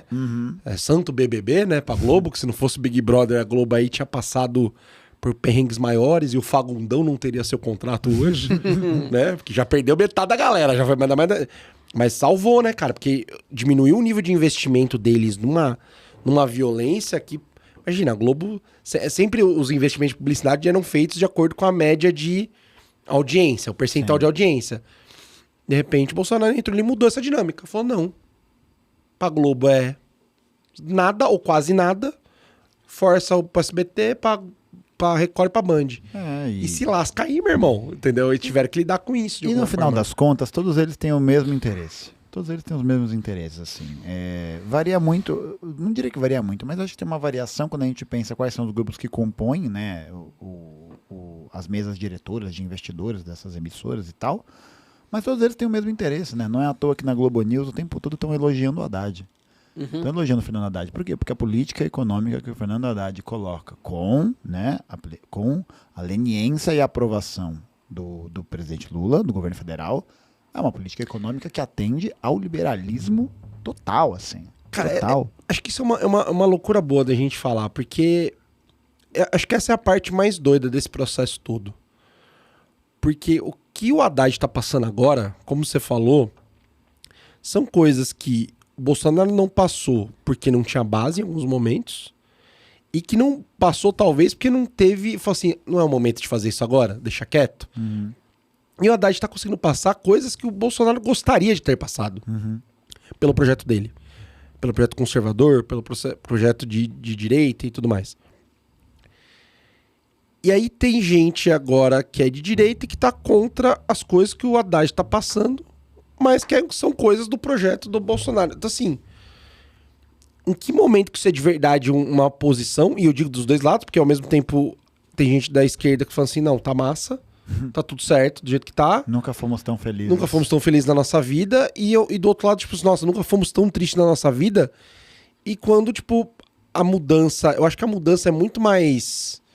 sei lá, não é teórico o termo, mas acho que é muito mais a parte de posicionamentos e falas e algo do gênero, do que de fato da política em si, da economia em si. A economia ela não guinou. Né? Não teve uma guinada de economia que assim, meu Deus, como a economia mudou, não é mesmo? Tipo, em 2023 a gente conseguiu ter um PIB positivo puxado por setor de serviços porque havia uma PEC que garantiu o gasto de dinheiro para evitar que o Brasil entrasse em colapso. Mas agora com o arcabouço fiscal, com as políticas de privatização, com os cortes orçamentários, já estão acontecendo. Já tem a Universidade Federal perdendo, anunciando que não vai conseguir funcionar até o final do primeiro semestre. Já está acontecendo, sim, que não vai ter estrutura para fazer isso. E, ao mesmo tempo, o governo passa projeto que garante isenção fiscal cada vez maior para, por exemplo, patrimônios de igrejas e organizações que gerem renda, que gerem rendimento de capital, como acho que vai ser aprovada a PEC 5 ali do Crivella. E a própria reforma tributária também, né? Que simplificou o sistema. E a taxação de rendimento de capitais, né? Cadê? Não vai ter. Não vai ter porque não vai taxar, pô. Não vai taxar. E é isso, assim. No final das contas, é um projeto que serve muito a esses intentos da burguesia brasileira e serve muito a esse intento também e mostra muito qual que é o limite do tipo de projeto político que está em curso. Sabe? O limite que tá dado, né? A gente não vai ter um Lula 1 e um Lula 2 de novo. Nunca mais. Nunca mais. O PAC 3, que a galera tá... Caralho, PAC 3. O PAC 3 vai ter 1,7 trilhões de reais em investimento e mais da metade desse dinheiro vai ser direcionado, direta ou indiretamente, ou seja, a partir do financiamento do BNDES ou não com apoio só, para a iniciativa privada. Para a iniciativa privada. E qual que é o problema da iniciativa privada? O problema da iniciativa privada é que a iniciativa privada tem uma função: lucrar. Acabou. Então, dentro da dinâmica dessas relações econômicas como elas estão dadas, essa lucratividade é a busca final, né? É o pote de ouro no final do arco-íris, assim, né? Então, como que você pode garantir o fornecimento de alguma coisa, por exemplo, da água, né? Da água. A água é um direito, né? A gente está aqui bebendo água porque a gente precisa de água para sobreviver. Quando a gente passa por um processo de privatização, né? E aí eu acho que é essa questão que o governo Lula está conseguindo fazer, e eu acho que muito escorado nas vitórias simbólicas, sabe? Muito escorado nessa ideia de que subimos a rampa com um indígena, subimos a rampa com não sei o quê, com o menininho negro, com uma pessoa PCD, não sei o quê lá, né? Bonito demais. E aí, concretamente, o que a gente tem? não tem orçamento para esses. Isso é mais ou menos uma alegoria para jogar para a galera. É. Isso daí é o Bolsonaro assinando documento com caneta Bic, não é? Isso, É sujando o- de farofa. Isso sujando de Eu farofa. eu acho que cumpre uma função simbólica nesse sentido importante, né? Importante porque ela dá essa legitimidade daquilo que não aconteceu, né? Então, tipo, ufa, pelo menos não temos o Bolsonaro no poder. Uhum. Acabou. Essa é a centralidade, né? E aí você pensa, a lógica da privatização é uma lógica que visa dar a um grupo, né? A um grupo privado, o controle sobre alguma coisa, sobre a água. Ou seja, como aquele grupo vai atuar na realidade vai depender de como eles vão conseguir lucrar mais utilizando aquele recurso. Ou seja, é uma lógica que, no final das contas, vai fazer o quê? Vai tirar a água das pessoas se não for lucrativo. Como não é. Como não é, tá ligado? A Sabesp, empresa, essas estatais, né, que são grandes. A Sabesp não era... Sabesp até que acho que acaba sendo por outros trabalhos, outros serviços que eles têm, eu acho. Mas a maioria no Brasil não deve ser nada lucrativo, ao contrário, eu acho. Não, então, a da Sabesp ela só é lucrativa hoje justamente porque houve um processo de desmobilização na contratação de novos funcionários, na manutenção de estruturas. Por isso que foi lucrativo, porque parou de investir. Porque é isso, essas atividades que são atividades muito complexas, elas demandam muito investimento. Então, para a iniciativa privada, não vale a pena ela fazer aquela operação para construir aquilo. Por exemplo, os liberal adoram falar da Petrobras, né? Não sei o que da Petrobras. O monopólio de exploração de petróleo na costa brasileira não é mais monopólio da Petrobras desde 1997. Por que a Shell? A Shell ganhou a concessão para exploração lá no campo do pré-sal, lá no Rio de Janeiro, de Campos Sales, lá com o nome. Ganhou a concessão para explorar. Aí não achou. Por quê? Porque não tinha tecnologia e não tinha recurso para fazer. Quem tem tecnologia? Petrobras. Tá ligado? Tecnologia feita aqui. Tá ligado? Então, tipo... Coisa nossa de profissional fudido que fez concurso, passou e lá. muito coincidentemente, né? Acho que a gente pode até fazer uma avaliação disso com bastante parcimônia, né? Porque, tipo, enfim, isso envolve questões da relação de dependência do capitalismo e tal. Mas, tipo, o Brasil descobre o pré-sal, né? E aí, de repente, se instala uma crise econômica brasileira enorme. Sem precedentes, assim, né? A crise proporcionada pela Lava Jato, desemprego, tararararau. E aí? Como que isso acontece? Nesse tempo, assim, sabe? Você tem ali os documentos vazados, umas coisas assim e tal. Então eu acho que é um projeto, né? Esse projeto político-econômico da burguesia brasileira é um projeto que está associado com a burguesia internacional. É aquele negócio, né? É impressionante que estoura a crise sempre onde tem petróleo. É uma grande coincidência. Impressionante. É, assim, eu acho que eles precisam de um pouco de liberdade. Eles precisam um pouco de democracia. Exato, pra eles, cara. Assim, é impressionante. Não tem um país que não tem petróleo que estoura uma crise desgraçada. Não, e tipo, eu Na acho... Espanha não tem crise. Eu Na Espanha tenho- não tem uma crise, não tem nada. Eu acho que é importante a gente sinalizar, né, que eu acho que há um movimento claro, assim, do imperialismo sobre o Brasil.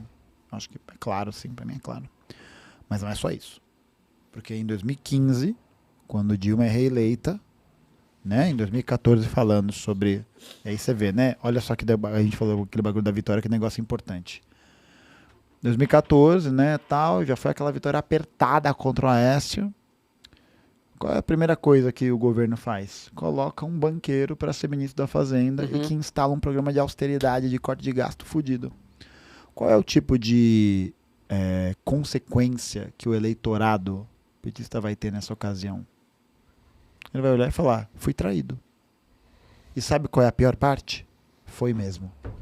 Sim. Foi mesmo. Foi mesmo. Essa é a pior parte. E a pior parte é ver quando isso acontece e entender que a dimensão da crise que vai proporcionar esse movimento, no momento em que o PT não conseguiu conduzir a jornada de junho para transformar isso em mobilização popular e avançar com o programa democrático popular, com todos os seus limites, né? Eu estou supondo isso. Mas ele não fez esse movimento, quem fez? A burguesia. Com seus grupos, enfim, né, agitativos, com essas organizações que já estavam aí há muito tempo. E aí qual foi o rescaldo disso? Né? O rescaldo disso foi que a gente mergulhou de cabeça Não diria que o governo Bolsonaro foi um governo fascista. Não acho que chega a isso. Mas o Bolsonaro é um fascista. Uhum. Ele é um fascista. É um fascista. É isso. Ele fala como, ele cheira como, ele age como, ele é. Ele não conseguiu instalar isso. Mas ia tentar. Uhum. E aí... Ele flertou muitas vezes com coisas... Eu falo, né, que é impossível pra mim ter qualquer tipo de defesa pra esse ser humano, porque ele imitou a falta de ar na semana que o pai do meu melhor amigo morreu. Por falta de vacina, porque ele tomou a primeira dose, tinha tomado a primeira dose fazia 2 semanas. Se essa vacina tivesse vindo 1 mês antes, ele teria tomado a primeira e segunda dose, estaria vivo aí com a gente até hoje. Né? Pô, o cara... Eu tinha falado com o velho 3 semanas antes, o cara caminhando, extremamente saudável, fazendo exercício físico, namorando. Eu acho que muita gente puxou... Morreu ele Sabe? e a namorada dele na mesma semana. Então, assim... E o cara imitando gente sem ar, tá ligado? Então, assim... Isso, pra mim, só já seria inadmissível considerar esse cara como um ser humano, tá ligado? Não, e tipo, eu acho que é uma parada que até acontece, eu acho que deixou muito evidente, por exemplo, com o que tá rolando na Palestina, né? O genocídio que é perpetuado pelo Estado de Israel lá. São cenas muito chocantes. São cenas que eu acho que trazem pra essa realidade, trazem pra essa concretude, alguma coisa que não tem como ignorar. Uhum. Você não tem como olhar e falar, não. Não tá acontecendo. Mano, você olha a cena, os vídeos das crianças decapitadas por bombardeios e os pais levando os corpos das crianças, velho. Você viu o último vídeo da galera esperando pra comida? Mano, Pela comida, aquilo Sempre lá foi tantas de uma pessoas. crueldade. Tá ligado? Assim, é de você olhar e desacreditar do mundo, velho. Assim, tipo assim, caralho, o que tá acontecendo, velho?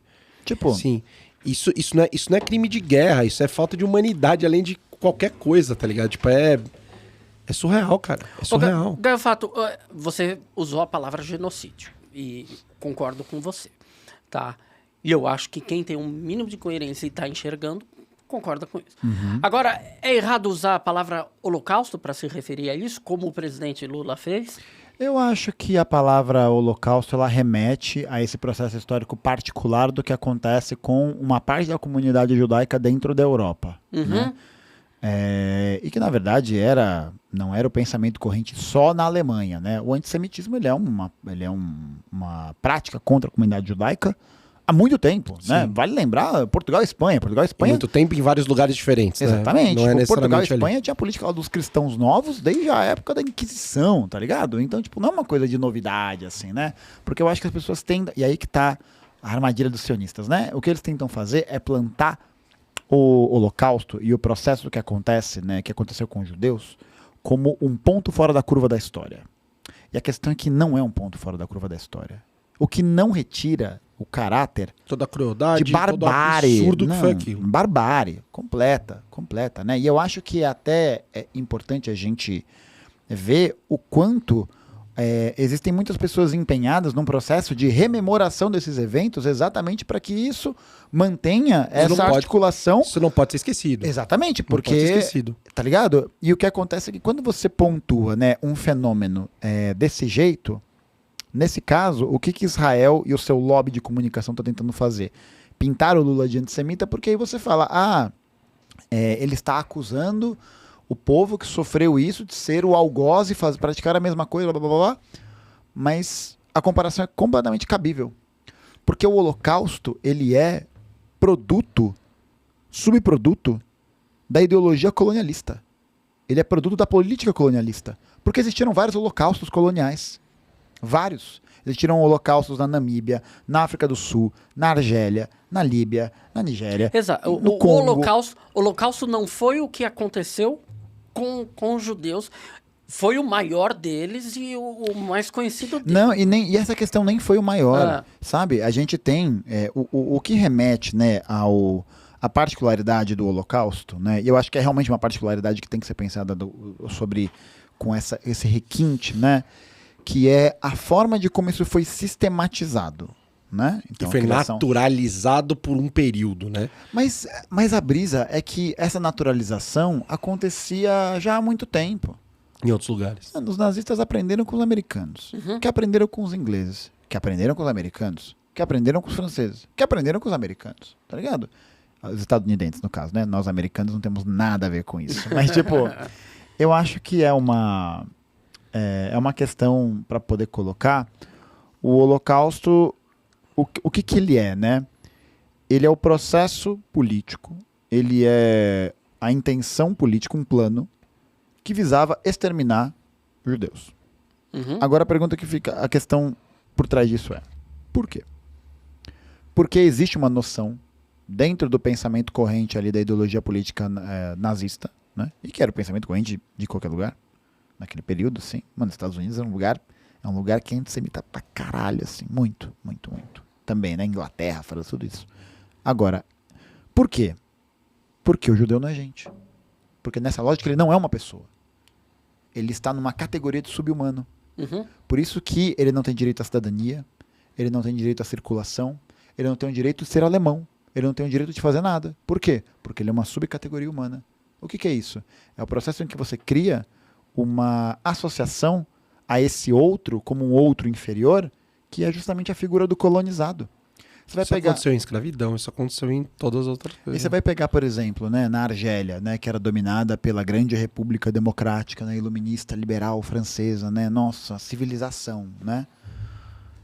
Cara, você vai olhar para a Argélia, por exemplo, e você vai ver a forma de como, por exemplo, os médicos franceses eram treinados para fazer experimentos químicos com os argelinos, nos hospitais psiquiátricos. Você vai ver como o rei Leopoldo II vai pegar o Congo belga. Por que ele corta a mão dos africanos que moram lá? Porque eles não trabalham o suficiente. Ou por que os oficiais do Congo lá, da Bélgica, matam e estupram as filhas das pessoas na frente das pessoas? Porque eles não são gente. E se achar gente pra desumanizar Não é gente. essa pessoa. Por isso que o exército de Israel abre fogo contra 104 palestinos, mata 104 e já era. Não é gente. E o tipo de comparação que eles fazem com o povo palestino é o mesmo tipo de comparação que os alemães faziam com, com os judeus. As pessoas acham que o Holocausto é a parada do campo, né? E a parada do campo, ela é o Holocausto também. Mas o Holocausto, ele começa quando? Ele começa a partir da deliberação da Lei de Serviço Civil, que vai impedir que funcionários públicos sejam judeus, que vai dificultar a entrada dessas pessoas nesses ambientes, que vai caçar a cidadania, que vai impedir pequenos negócios. É isso que acontece. Porque essa desumanização, ela vem acompanhada justamente da produção de uma identidade que o colonizado vai olhar, né, que aquele sujeito oprimido vai olhar e falar, sabe, aquilo ali não é ser gente, né? O François Fanon fala muito bem isso, né? No Pele Negra, Máscaras Brancas, no Condenados da Terra, tem uma abordagem muito importante sobre isso. Então, a comparação ela é cabida justamente, cabida é ótimo, a comparação cabe nesse contexto justamente porque a política que Israel faz é uma política que mostra essas características, né, da indiferença, né? O exército de Israel é muito brabão, né? Bombardeando hospital, bombardeando escola, bombardeando mercado, muito fortão, né? Sabe? Sendo covarde. Sim. Sabe? Porque é a expressão do colonialismo, sabe? É a covardia, é a exploração, é o tipo de desumanização que só é possível quando se estabelece essa relação de hierarquia entre sujeitos, que é uma marca colonial, né? Porque você cria uma dimensão de dominação sobre o outro. Por que eu vou te dominar? Porque você é inferior? Claro! Senão eu não tenho como dominar, né? Eu não consigo criar uma linha para poder produzir esse tipo de pensamento. E tudo, teoria do espaço vital. Mano, tem aquela foto do Netanyahu que ele tá na ONU mostrando o novo Oriente Médio, e Israel já pegou todo o território da Palestina antes da guerra começar, tá ligado? Você vai aí, em dezembro do ano passado, uma empresa israelense anunciou a construção de casas na praia da faixa de Gaza. Tá ligado? É toda uma articulação que gira em torno, de novo, dessa ideia de uma classe dominante que se coloca, que domina esses grupos e que lucra com isso. Lucra com isso, porque as empreiteiras privadas vão ganhar dinheiro construindo casa na faixa de Gaza. Cara, as fotos me pegaram muito, assim. As fotos de como era antes e como tá agora destruído me pegaram bizarro, desprevenido, assim. Tipo, eu não esperava... Porque a gente já tinha uma impressão de que, pô, os caras pra entrar na faixa de Gaza tinham que passar, né, por revista, tinham que passar ali por um processo e tal, pra conseguir entrar e pra conseguir sair. Então você já pensa, puta, já é um lugar limitado, tem água limitada, tudo já bem difícil. Eu não imaginava que era daquele jeito, que era bonito daquele jeito, sabe? Tipo, tinha lugares lindíssimos, tinha tipo... As praias são lindas. Praias lindas, não sei, acho que você não posso falar que são mesquitas? Ou eu tô falando besteira? Não, depende do lugar. Templos, vai? Pra ficar mais Perfeito, genérico. Perfeito. Templos maravilhosos que foram dizimados, assim, derrubados. E isso que eu tô falando da parte menos importante, que a parte mais importante são as pessoas, né? Mas assim, cara, estão sendo cometidos crimes de guerra que, porra, a Rússia tá fazendo a mesma merda. Mas assim, é muito menor o número de crime de guerra, por exemplo, de, porra, destruir hospital, velho. Caralho, no hospital não tem... Não, mas tinha uma pessoa, um cara do Hamas lá infiltrado. Esse cara não é encontrado nunca, esses caras não aparecem nunca, e toma ali bomba em hospital de novo. 30 mil mortos, cara. Tem um lance de... É surreal, cara. Tem um lance de indicar o local para onde as pessoas deveriam ir para ficarem Não, isso é seguras absurdo. e alojadas. E os caras bombardeiam esse local. Que eles mandaram, não, vai para lá, galera. Que Eles ali mandaram não ir pro sul, sabe? né? É o maior número Cara, de é um jornalistas mortos num curto período da história, assim, tipo... Cara, acho que Primeira e Segunda Guerra não matou tanto jornalista como lá dentro, cara. Então, assim... E aí... E são sinais, né, de que a guerra tá perdendo a mão, né? Não que fazer guerra já não seja perder a mão, né? Mas, assim... De que, pô, quando geralmente, assim, vão brigar, né? Já deveria ter... mesma força pra ver ali o que vai dar. Já não é assim. Só que além disso, você tem sinais claros de que regras não estão sendo cumpridas. Tipo, dentro da barbárie, as regras não estão sendo cumpridas, Sim, sabe? Então, a Convenção de Genebra foi jogada no foi lixo. um abraço, não existe mais. E se alguém citar isso de novo... Porque, vamos ser sinceros, né? A Convenção de Genebra é conversa pra boi dormir também, né? Porque, olha... É tentar organizar o puteiro, né? Não, tipo, você olha pra uma atrocidade que acontece no Afeganistão, por exemplo, lá, o Julian Assange, né, que revelou tudo isso, foi preso, né, cadê os defensores da liberdade de expressão, né, mas tudo bem, aí ele foi preso e tal, porque mostrava justamente a filmagem, igualzinha a filmagem que mostrou no massacre da farinha na Palestina. Mesma coisa, a galera andando assim de boa, pá, aí vem o bombardeio americano e toma, de graça, e os caras dando risada. Sabe? Mas é isso, por quê? Por que você dá risada? Por que você se diverte vendo isso? Por que os soldados sionistas ficam fazendo dancinha de TikTok com as roupas de pessoas mortas? Por quê? Porque não é gente. Porque não é gente. Cara, é muito doído. Eu queria falar de um outro negócio só antes da gente ir pra um outro negocinho aqui, que a gente passou por isso e não falou. Você vai ter que voltar. Perfeito. Logo lhe adianto. Gostei, exatamente. Você entendeu? Eu falo muito e fico enrolando o tempo inteiro, porque aí vai Não, mas cavando esse vários link- convintes. Porque Cara, é de- ótimo te ouvir. Porque de verdade, assim, o da hora que o jeito que você fala,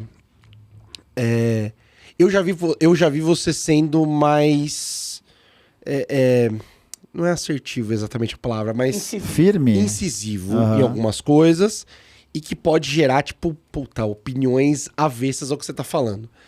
Mas geralmente quando você tá falando de conteúdo, essa tua didática é da hora porque você fala pra pessoa pensar. Você não tá forçando uma intenção, uma ideia, ou que a pessoa queira entender do jeito que você entende, assim. Senão não é uma conversa, né? É uma conversão. É isso. E isso eu acho que é bom, porque eu sei que já deve ter gente que já te odeia só de ver você, entendeu? Porque, tipo assim, ó o comunista lá, entendeu? Sim, sim. Mas ao mesmo tempo eu acho que esse tipo de conversa tem o poder de...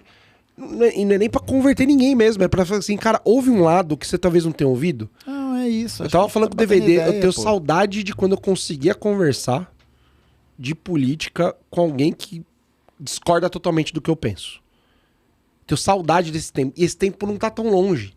Coisa, sei lá, 15 anos atrás, a gente conseguia conversar sobre, discutir, às vezes até de uma forma mais calorosa e terminar amigo ainda, tá tudo bem, né?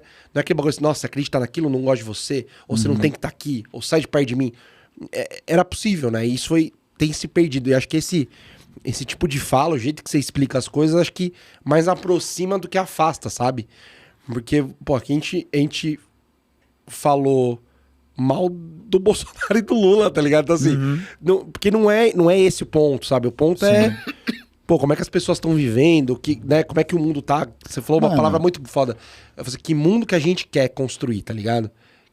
Sabe? Isso pra mim é um bagulho que me pega, tá ligado? Porque, tipo, pô, o mundo que a gente quer construir... Aí pode falar pro cara que é o cara que fala assim, não, vocês são antissemitas por estar contra Israel. Eu falo assim, eu fico pensando... Você que, pô, é judeu, eu falei assim, cara, o mundo que você quer construir é um mundo que morrem 10 mil crianças em 2 meses. Tipo, eu não consigo acreditar que É alguém... inconcebível. que alguém que seja uma boa pessoa goste disso. Como eu falava antes, você consegue dormir tranquilo sabendo que 30 milhões de pessoas estão passando fome?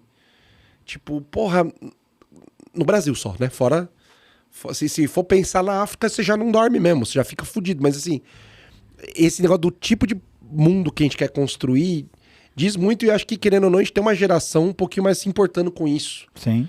do que a gente. Porque né? a geração fudida, né? É isso, tipo, eu sou millennial, né? Somos. Somos, verdade. É, somos. Ele é meio boomer pra Eu lá, sou, né? Ah, mas não tá... Tamo ali, tamo ali. tudo bem. Mas eu engano, eu sou muito imaturo. Eu sou tão jovem. Tenho sonho, já diria Sandy, tenho sonhos de adolescente, mas minhas costas doem. Entendeu? Isso pra mim é a frase da vida. Pô, eu acho que esse aceno que a juventude tem pro comunismo, ele não é acidental. Eu acho que é... Acho que é parte da conjuntura, né? Porque nós, enquanto millennials, né? A gente ainda cresceu e teve alguma perspectiva por algum tempo de ter um trampo mais estável, de ter uma casa, de ter alguma coisa assim. Ainda assim, muito diferente dos nossos pais. Nossa, não, eu fico pensando, pô, meu pai com 23, 24 anos me tinha de filho, já tinha casa, sabe? Uhum. Hoje em dia é tipo isso. Sabe? Qual é a conta que eu vou pagar hoje, né? E aí fica meio nessa. Por É quê? a roleta dos boletos. Essa roleta aqui é pra ver qual boleto vai ser pago na semana. Qual item essencial você vai são- ficar sem, exato. né? Porque você não vai pagar aquela conta. Essa semana é sem sabonete, valendo. É, É, valendo. Isso aí. É isso. E tipo, eu acho que essa geração mais jovem, ela vem muito dessa própria dinâmica de como o conteúdo está sendo produzido e circulando nas redes sociais. Eu acho que é uma coisa que é realmente diferencial, assim, né? Porque é um ritmo de produção e de consumo que é muito grande. Tanto que a gente estava falando antes, né? Até comentamos que o mercado de influenciadores no Brasil é o maior do mundo, né? Então acho que tem uma dinâmica que trabalha pela forma de como essas economias políticas estão centradas nas redes sociais. E a própria dinâmica de que é a galera que tá fudidaça, né? Que tá assim... A galera que não fala assim, cara, eu tô pensando se vai dar pra comprar um carro, porque a casa já não dá mais. Não, é isso, já muita entendeu? gente. E assim, olhe lá, assim, É. sabe? Olhe lá, é uma juventude que encara um cenário de cada vez mais desemprego, uma juventude que encara um cenário cada vez mais de precarização das condições de estudo. Que vê uma inteligência artificial pra facilitar essas condições de trabalho, né? É. Pra tirar um pouquinho mais de emprego do pouco que já tinha. Então, tipo, é uma condição que vai se aprofundando e que é expressa pela crise, né? É expressa pela forma de por que essa juventude resolveu aderir agora a isso, né? E em um mundo que está se acabando. Que também não podemos esquecer que estamos num planeta que está abrindo o bico. É, segundo o Baby Consuelo, de 5 a 10 De anos. 5 a 10, se a gente não macetar, segundo a Ivete, temos que macetar Macetar o apocalipse. o apocalipse. O acopalices. O apocalipse. Mas assim, de um mundo que tá abrindo o bico. Assim, cara, não esqueço, acho que eu falei com você também. Eu tinha ido no Museu da Manhã logo quando inaugurou. Há bons anos atrás, Nossa, faz para não tempo entregar a mesmo, né? idade. Um comecinho ali. E uma das primeiras mostras ali era sobre o aquecimento global. E quando você olha 15 anos antes, você olha tipo assim... Ai, que cenário, hein? Que saudade. Ai, que cenário que o mundo vai aquecer um pouco. Aí tava assim, Imagina. ó, se aquecer meio ponto, tenso, mas tudo bem ainda. Se aquecer 1 grau, vai ser foda. E aí, o 1,5 era um vermelho já sangue. E se esquentasse 2, tipo, já era tipo até um cinzinha, do tipo assim, vamos morrer. Quase preto, né? Vamos O negócio morrer, É tão vermelho, tá escuro. Já né? foi.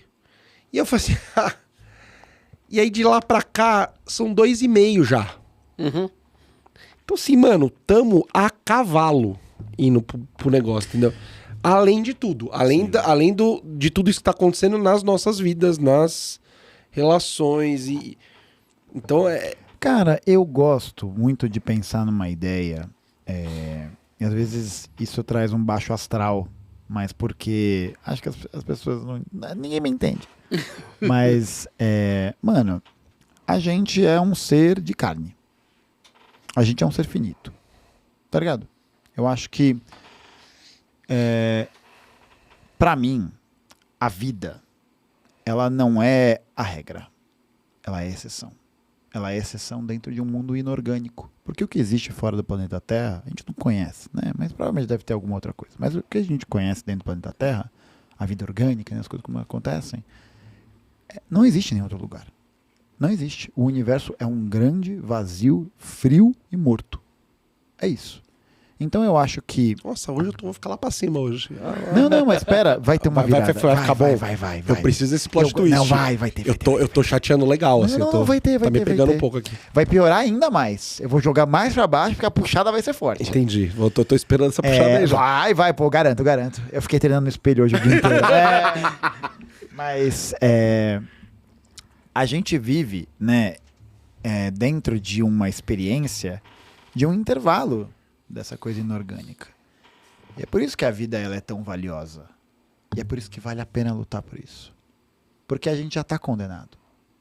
A gente já está condenado. Condenado assim, no sentido que a gente pode pensar tanto do aquecimento global, né? Ou da piora da conjuntura econômica e tal, mas no limiar da coisa, na base mesmo, se a gente quiser pensar, né, a morte, alguma coisa assim, como esse ponto muito problemático, alguma coisa assim, a gente meio que já está nessa.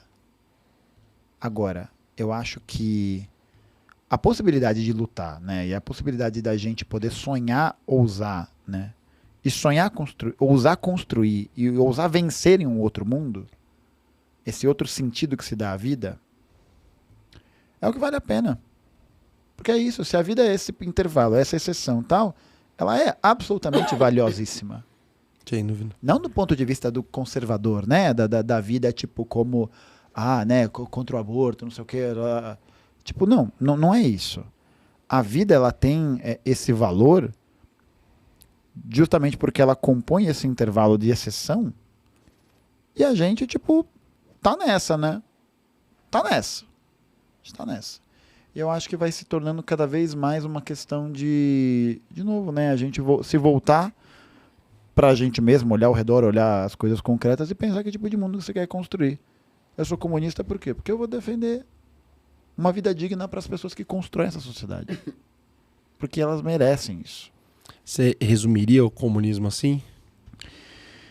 Eu resumiria que o comunismo e a destruição da sociedade de classes é o início da história humana. Porque até agora só temos vivido a pré-história. Só a pré-história. Porque a gente vive a história dos povos. Os povos que dominam uns aos outros. O comunismo é, para mim, a ideia em que a gente vai poder começar a construir e escrever uma história que seja humana, efetivamente, e a partir de uma ideia de humanidade universal, com princípios baseados na solidariedade, baseados na escuta, baseados no compartilhamento do trabalho, na socialização das responsabilidades, em tudo isso que significa, né, se empenhar nesse projeto político. Porque a gente precisa. É isso. É uma questão de necessidade. Acho que não só de necessidade, porque a gente fala, precisamos do socialismo, precisamos do comunismo. Beleza, precisamos. De fato. Né? Acho que conforme a gente vai... Enfim, vocês vão ler, vocês vão entender. Eu juro, vocês vão entender. Mas eu acho que é também a gente transformar isso não só em alguma coisa que seja necessária, por assim dizer, mas em algo que a gente precisa encarar que é possível. Porque já foi feito. Dá pra fazer. Isso aí foi o Geraldo Alckmin falando agora no final. Dá pra fazer. Dá pra fazer. Dá pra fazer. Pessoas. Como o José. Falar. Como a Maria. Esse é o José Serra. Esse aí é... Que pra mim isso é uma das melhores páginas da história desse país. A gente tem um negócio Animou? Deu a puxada pra cima de volta? Ou foi meio... Bom, foi bom. Agora a gente vai jogar o clima lá pro alto. Deu uma animada, mas é que assim, eu fico... A gente vai ter que conversar mais disso tudo, porque eu não vejo. O ser humano, ele é o impeditivo quase pra solidariedade, tá ligado? Uhum. Tipo, é muito difícil você imaginar o mesmo ser humano que, tipo, guerreia por qualquer merda. E qualquer merda pode ser qualquer coisa. Pra mim, qualquer coisa que você matar outra pessoa é qualquer merda. Né? Não tem sentido, não tem motivo, não tem porquê. Vá ser a pessoa que vai ter solidariedade pelo irmão dele, tá ligado? E o irmão não é o irmão, é qualquer outra pessoa. Então, assim, o mundo real da gente mesmo, como pessoa, versus o que a gente espera como um mundo bom e justo pra todo mundo, quase que se anulam, tá ligado? Perfeito. Perfeito. É uma unidade de contrários. Isso é contraditório mesmo. Por isso que formar um novo mundo demandará a formação de um novo homem. Tem que ser do zero, Quem né? disse isso foi um senhor chamado Ernesto Che Guevara. Não eu. Não vou levar o crédito por essa, tia. Não vou levar. Porque é foda, né, cara? Porque assim, você vê que você... e aí, gostando ou não, concordando ou não, tipo, a gente tá falando de várias coisas aqui, sem falar de matar gente, sem falar de roubar coisa de gente, sem... Que são todos os estigmas que ficam grudados, né? Que a galera vai grudando nos nomes, né? Tipo, o fulano invade, aí o fulano rouba, aí o fulano não sei o quê. E que no final das contas, tipo... É porque, na verdade, ele pontua uma coisa que não é verdade, que é a seguinte, né? De que supostamente os comunistas inventaram a guerra de classes ou inventaram essa dinâmica que a gente está inserido. Desligou. Ah, voltou? Voltamos. Mas, Repete, por favor. Volta tudo? Não, só do começo. Mentira. Essa parte que você falou que o... Que a gente parte do pressuposto... Muita gente parte desse pressuposto de que a guerra de classes, ou essa dimensão da violência, ou a dimensão, enfim, de qualquer coisa dessa experiência histórica, foi inventada pelos comunistas. Cara, eu acho que vale muito a pena a gente perguntar para as mães da cidade de Santos que estão perdendo seus filhos na Operação Escudo e perguntar para elas se aquilo ali que elas estão vivendo é uma guerra. Porque é. Sim. A gente vive a guerra de classes todos os dias. Não foram os comunistas que inventaram isso. É aquela coisa... Cara, eu nasci na Brasilândia, perto da Brasilândia. Eu sempre tive a facilidade de, nascido na Brasilândia e sendo branco, ter menos problema com a polícia do que meus amigos que são pretos, cara. É? Sabe, tipo, de ter que ver um amigo meu irmão, tomar um tapa na cara por absolutamente nada. Que é uma guerra, mano. Saca? Então, assim... E isso é muito foda. Essa que é a merda, tá ligado? Porque isso é muito difícil de explicar pra quem não vivenciou essa porra. Pra quem... É necessário um nível de empatia. E aí, de novo, né? São essas duas coisas. É o que a gente é como ser humano e o que a gente espera desse ser humano, tá ligado? De verdade, assim, tipo... Parece que ninguém quer sentir empatia por ninguém, não, tá ligado? Assim, e isso é muito foda. Eu acho que... Eu sou uma pessoa muito otimista. Sou um cara muito otimista. Nossa, você me deixou fudido hoje, de verdade. Eu vou chorar no banheiro. Que bom, porque chorar é muito bom. Chorar é bom demais, pô. Eu acho que é bom mesmo porque dá... É na fratura que a possibilidade pode se construir. É na quebra que algo novo pode nascer. É só assim, né? Tipo, é só... Isso eu boto fé mesmo, de verdade. É só isso, é só assim. Então eu acho que a gente precisa realmente, né, dimensionar o que a gente tem. Vou trocar. Não é o que a gente é. É onde a gente está. Diferente. Tá ligado? Onde a gente está, o que a gente tem, com o que a gente almeja, ou o que a gente idealiza. Tem um meio do caminho para isso. O meio desse caminho é presente. É o tempo presente. Por isso que a prática é o critério da verdade. Essa frase do... É uma frase adaptada, né? Ela não é exatamente assim, essa frase do Mao. Define muito isso, que para a gente poder construir esse novo ideário social, humano, é preciso que a gente entenda que nós somos partes constitutivas disso o tempo todo. É a nossa prática que determina quem cada um de nós absolutamente fazendo as coisas que vai fazer com que isso transforme. Sim, porque as coisas só podem ser alcançadas a partir disso, né, mano? Não adianta nada eu chegar aqui, vir falar um monte de grossa, um monte de coisa, não sei o que, tal, pagando de gatão. Aí você não consegue, né? Porque aí você... Caralho, aí, elogiei de graça agora, hein? Eu sou gatinho. Desculpa, tá? Eu não tô de forma alguma querendo furar teu olho, tá? Não é... Não, que isso? Não mas, sou nem o Vitão, nem a moça do Globo Esporte. Eu não tenho nada a ver com isso, tá? Não tenho nada a ver com isso, eu não quero me envolver com esse tipo de polêmica. Obrigado, advogados. Mas eu acho que é isso, acho que a gente consegue jogar para essa ideia de que a gente se torna reflexo daquilo que a gente faz. Tá ligado? Então eu acho que a gente, dentro de uma certa dinâmica, de uma certa conjuntura, de uma certa possibilidade, a gente tem escolhas de como agir, de como fazer, de como ser, né? E eu acho que isso é uma coisa que eu aprendi dando aula, velho. Aprendi dando aula e aprendi por causa do time de rugby. Que foram processos formadores muito importantes da minha vida. As pessoas não seguem palavras. As pessoas seguem exemplos. Fato. Seguem exemplos. Tá ligado? Fato. Não adianta eu chegar para um estudante e falar o que ele tem que fazer ou dizer o que ele tem que fazer se de alguma maneira eu vou me contradizer fazendo outra coisa. Como é que eu vou querer ser escutado se eu não estou escutando o outro? Como é que eu vou querer fazer alguma coisa, mostrar que aquilo é bom, se eu não estou realizando aquilo? Um abraço ao nosso amigo William Borghetti, que ele fala de neurociência e ele fala muito sobre educação de adolescente. E é basicamente o que ele fala, assim, cara, você tem que fazer o que você tá falando, cara, que senão... isso parte da educação também, acho que vai de qualquer coisa. Se você não fizer, não entra. Mano, é pensar o seguinte, né? Por que as pessoas, em algum momento, chegam à conclusão maluca, completamente xarope, de que elas querem o socialismo num país? É uma conclusão xarope. É uma coisa de maluco. Por quê? Porque é isso, a ordem dominante tá aí, as coisas estão aí. Por quê? Acho que muitas vezes porque... há tanta honestidade e concretude nesse processo que é inegável. Você não tem como negar. Você não tem como negar. Você pode não gostar, você não tem como negar. São coisas diferentes. E eu acho que essa ideia do exemplo mobilizador, ela é uma ideia muito forte, né? Precisa lembrar o Che, o Fidel, o Lenin, sei lá, sabe? Os caras tudo eram muito fodas. Pessoas assim, fora da curva. Eram só pessoas. Só pessoas. O Lenin está embalsamado em Moscou, morto.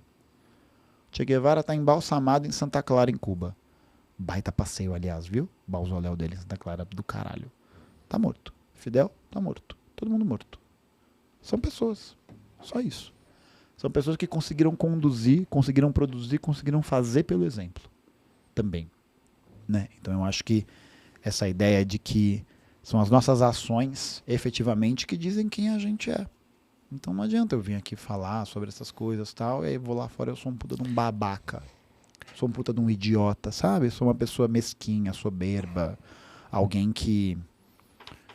sabe? Não tá nem aí, assim, sei lá. E eu acho muito da hora você ser fora de estereótipos, tá ligado? Do que alguém esperaria de você. Por você ter as falas que você tem. Eu acho que isso é mais legal, porque fica... A gente é comediante, né? É quase uma piada. Tá ligado? É uma quebra de expectativa fodida. Você esperar alguns posicionamentos ou algumas reações e você não ter, tá ligado? Você assim, caralho. Pô, posso conversar com alguém que pensa isso? Consigo... Pô, mas peraí, ele tá falando isso, mas não é pra... Não vai roubar as coisas? É muito da hora, tipo, ter esse... Conseguir ter essa conversa. Mano, assim, você abriu 85 abas que eu queria te perguntar coisas e não vai vai dar ficar tempo. muita coisa pra próxima. Desculpa, Não, gente. Sabe? Cara, Imagina. Eu juro por Imagina, Deus a que gente se a gente não usou quase três não. tópicos foi muito. Sério? Juro É por Deus. verdade, é verdade. Essa pauta aqui a gente nem vai jogar fora. Nem porque joga, você vai guarda. voltar. É, você vai exatamente, voltar, ó, não é isso que eu quero ouvir. É, exatamente. Antes da gente encerrar, tem um último ato que eu peço aqui para as pessoas, a gente pede... Isso que guarda também, a gente vai na próxima. A gente pede um presente para todo mundo que passa por aqui, tá? E você vai nos dar esse presente, que é o quê? Todo mundo que passa por aqui, antes de ir embora, nos dá um convidado de presente. É nossa pirâmide, tá? É o sistema de pirâmide, cara. É isso mesmo. Muito bom. Nossa, Então você vai escolher alguém na sua lista de contatos e vai mandar um áudio para essa pessoa. Agora não vai ligar, porque às vezes... Vou mandar. Você Já vai até mandar sei um pra quem áudio. vai. Ó, enquanto você vai Enquanto procurando... você vai escolher... Já fazer vamos falar todos os jabás do nosso aqui que jabá, temos que fazer aqui. Não é? Manda pra nós. Primeiro, né, falar que é presente pro senhor aqui, ó. Cachaçinha da Magu, tá? Magu Bebidas. O senhor vai levar pra casa, Ó, tá? isso aqui é elite, tá? Não Isso é, aqui, ó. Isso aqui, ó, uma delícia, bom viu? demais. Isso aqui é Uma coisa... delícia, De verdade, essa rapaz. cachaça é maravilhosa, cara. É maravilhosa, não estou zoando. O café da manhã amanhã será diferenciado. É isso. O trabalhador brasileiro merece acordar tomando uma cachaça. Não é? Porque cachaça envelhecida, o DVD gosta muito dos licores, tem licor de milho verde, de avelã, aquele chocolate que a gente não pode falar que é do milkshake, tem Doce de leite. doce de leite, que E é o o limão. sucesso, e o de limão, Eu tô que é numa eu curiosidade também tô. desse de limão. E é o primeiro Moscou Mule pronto pra beber, já vem com espuminho, caramba, @Magu Bebidas, atendimento 24 horas, 7 dias por semana, chama lá no Instagram, que é maravilhoso, de São Roque, a coisa receita familiar, uma coisa maravilhosa, tá? Tem mais aqui, agradecer o estúdio, que é nosso parceiro aqui, Estúdios Voz, dá toda a estrutura pra gente aqui, você pode tirar teu podcast aí do papel por menos de R$100 a hora aí, você quer falar uns negócios, quer trocar uma ideia, Estúdios Voz te ajuda em todo o processo, hoje diretor maravilhoso, é um bigode que, meu Deus, me faz uma inveja A desgraçada. gente nem se apega aos diretores, que quando nós se apega... Eu gostei eles dele trocam. hoje, semana. É porque tem muito diretor. Aí vai, a gente gosta de um, A gente põe gosta outro. de um, manda um outro. Entendeu? A Não é? gente vai ter que expropriar o diretor, não vai ter É, jeito. Vamos né? fazer Vai ter que- isso. Vamos fazer vai ter isso. jeito. Não é? E agradecer a DK Estilo, que tem as nossas canequinhas e tal. A canequinha Nossos também é sua, tá? personalizados.